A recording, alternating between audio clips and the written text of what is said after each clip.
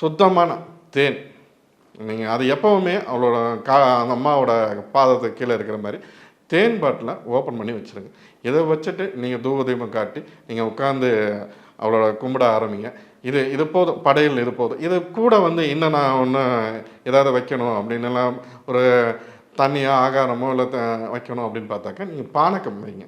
பானகம்ங்கிறது இன்னும் பழைய இருக்க அம்மாமார்களுக்கு தெரியும். பானகம் ஒரு கிளாஸில் வைங்க. இதெல்லாம் வச்சு நீங்கள் வழிபாடு உங்களுக்கு நீங்கள் படைகள் போடணும், நெய்வேத்தியம் வைக்கணும் அப்படிங்கிறவங்க இந்த மாதிரியான படைகளை வச்சு நீங்கள் இதில் நீங்கள் ஒரு ஐட்டமோ 2 ஐட்டமோ வச்சா போதும். தேங்காய் உடைச்சி தூப தீபம் காட்டி நீங்கள் வழிபாடு செய்ய ஆரம்பிங்க. இப்போ வரைக்கான ஒரு மந்திரம் வேணாலும் நம்ம கொடுக்கலாம்.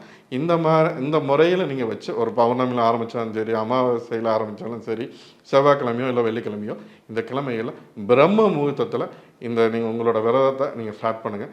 எண்ணி 11 நாளில் உங்ககிட்ட பேச ஆரம்பிப்பா. ஆமாம், அதான் மிஸ்டர் கோல்டு. தரத்திலையும் அளவுலையும் நோ காம்ப்ரமைஸ். மிஸ்டர் கோல்ட் 100% கடலெண்ணெய்.